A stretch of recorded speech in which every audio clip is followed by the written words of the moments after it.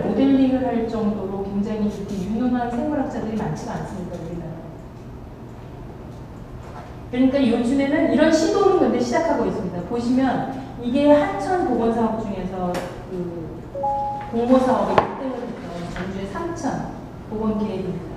앞으로 이런 계획이 많이 나올 겁니다. 예를 들어 수달이 살아 있다 지금, 그럼 수달이 살 수 있는 구간을 좀 더 넓히기 위해서 앞에 있는 구간하고 똑같은 구간 다시 만들어보고 이런 식으로 계속 시행착오를 하겠죠. 그게 예를 들어 이런 겁니다. 이제 우리가 4대강 한강에 볼을 만들었습니다. 볼을 만들면 그 당시에는 좋아 보입니다. 왜?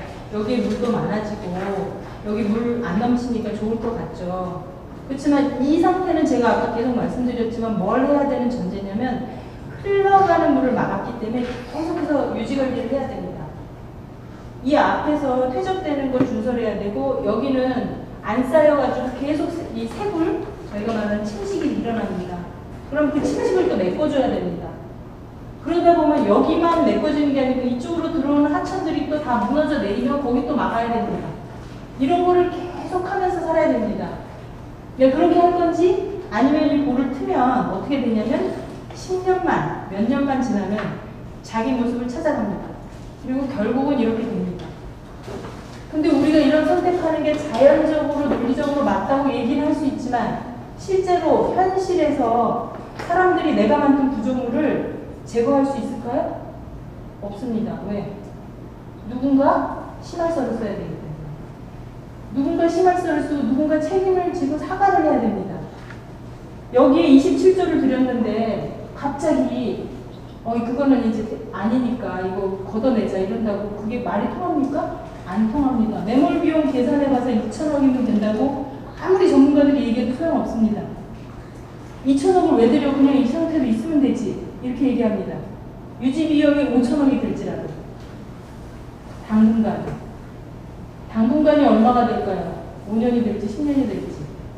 누군가 엄청난 결단력을 가지고 요번에 이 보라도 하나 철거해보자 라고 나서기 전에 누군가 나설지 어떻게 합니까? 아무도 안 나설 수도 있습니다. 여러분들이 나서야 될 수도 있습니다. 그게 우리가 안고 있는 문제죠.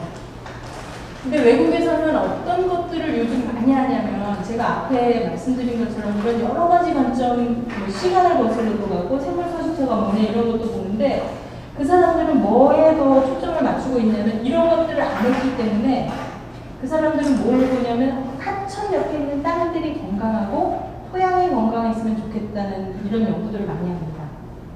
근데 그 사람들이 주장하는 것 중에 하나는 뭐냐면 그 땅에 대한 사회적이고 생태적인 요소를 이해해야 된다는 건데 이게 뭐냐면 이 사람이 싫어하는 겁니다. 우리가 토양을 막 농사를 짓기 위해서 계속 쓰면은 토양이 이렇게 푸석한 토양이 됩니다. 근데 원래 옛날 방식으로 유기농을 짓고 윤작을 하고 건강하게 농사를 짓거나 하면은 토양의 모습이 다릅니다. 그래서 비가 와도 이게 실려가지가 않는 토양이 됩니다. 얘들 이런 걸 연구합니다. 그래서 어떻게 하면 토양이 이렇게 돼서 비정오염이 유발이 안 되는지 이런 걸 연구하는데 이 사람들 연구 결과가 뭐냐면 자연에 있는 그 초지하고 산림하고 그 다음에 농토하고 비교해보면 농토는 대부분 이런 토양, 이쪽 토양이고 이런 자연에 있는 토양들은 다 저런 토양이라는 걸 연구를 한 겁니다. 수치적으로 다 비교를 해보는 거죠. 왜 그러냐면 저쪽 토양은 뭐냐면 원래 있는 다양한 식물들을 다 뿌리 식물들이 이렇게 있어서 토지가 되게 건강하다는 거예요. 근데 이 사람들 요새 뭐 하냐면 우리는 밭을 할 때 여기 콩, 여기 논 이렇게 쫙 일률적으로 하잖아요. 걔네는 우리 옛날 선조들이 했던 것처럼 뭘 하냐면 여기 논, 여기 밭, 여기 사이사이에 나무 심고 풀 심고 이런 거 합니다. 그러니까 우리 옛날 선조들이 했던 방식으로 다시 돌아갑니다. 그 전문 용어로는 패치를 만드는 구조를 다시 하는 거죠. 그 다음에 그린 네트워크를 다시 만들어가는 거예요.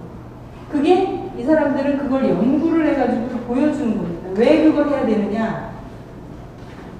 우리가 생각하는 것보다 우리가 하는 행동들이 땅을 망치거나 그 땅을 망친 결과가 그 생태계를 망치고 그게 비전까지 이 유발해서 수질도 나빠진다.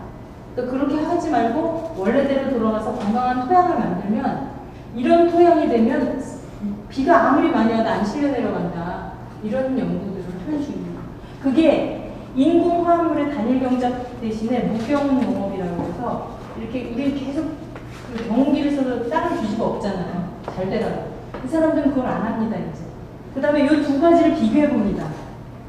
그래서 오염물질이 얼마나 나오는지도 조사해보고, 그리고 이쪽하고 이쪽하고 경작했을 때 어느 경작지가 수확이 좋은지도 합니다. 우리나라 사람들은 이게 당연히 수확이 높다고 하죠. 단기적으로는 그런데 장기적으로 이 사람들이 몇 년 동안 해보니까 이렇게 하는 것보다 저쪽으로 하는 게 장기 수확량은 훨씬 더 좋다는 거를 이 사람들이 자료를 만들어내기 시작하고 있습니다.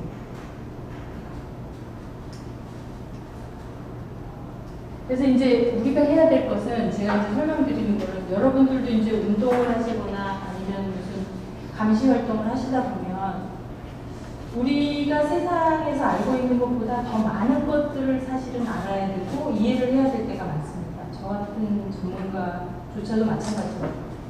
내가 알고 있는 게 다가 아니고 다른 사람들이 얘기하는 것도 들어야 되고 그 사람들의 전문 분야에서는 어떤 생각을 하는지도 서로 얘기를 해봐야 됩니다. 내 분야만 생각하지 말고. 그래서 사실은 데이터를 가지고 잘 엮어야지 뭐라도 되는 겁니다. 그냥 대충 하다 보면 이 각각의 블록일 뿐이지 데이터가 안 됩니다. 그 다음에 여러 가지 유형의 데이터가 있는데 이거를 유형화해서 이렇게 묶어내는 것들을 어떻게 하느냐에 따라 완전히 다른 결과가 나옵니다. 그런 것들을 우리가 앞으로 시도해야 되겠죠. 그런 시도를 하려면 지금하고 다르게 각자 자기 분야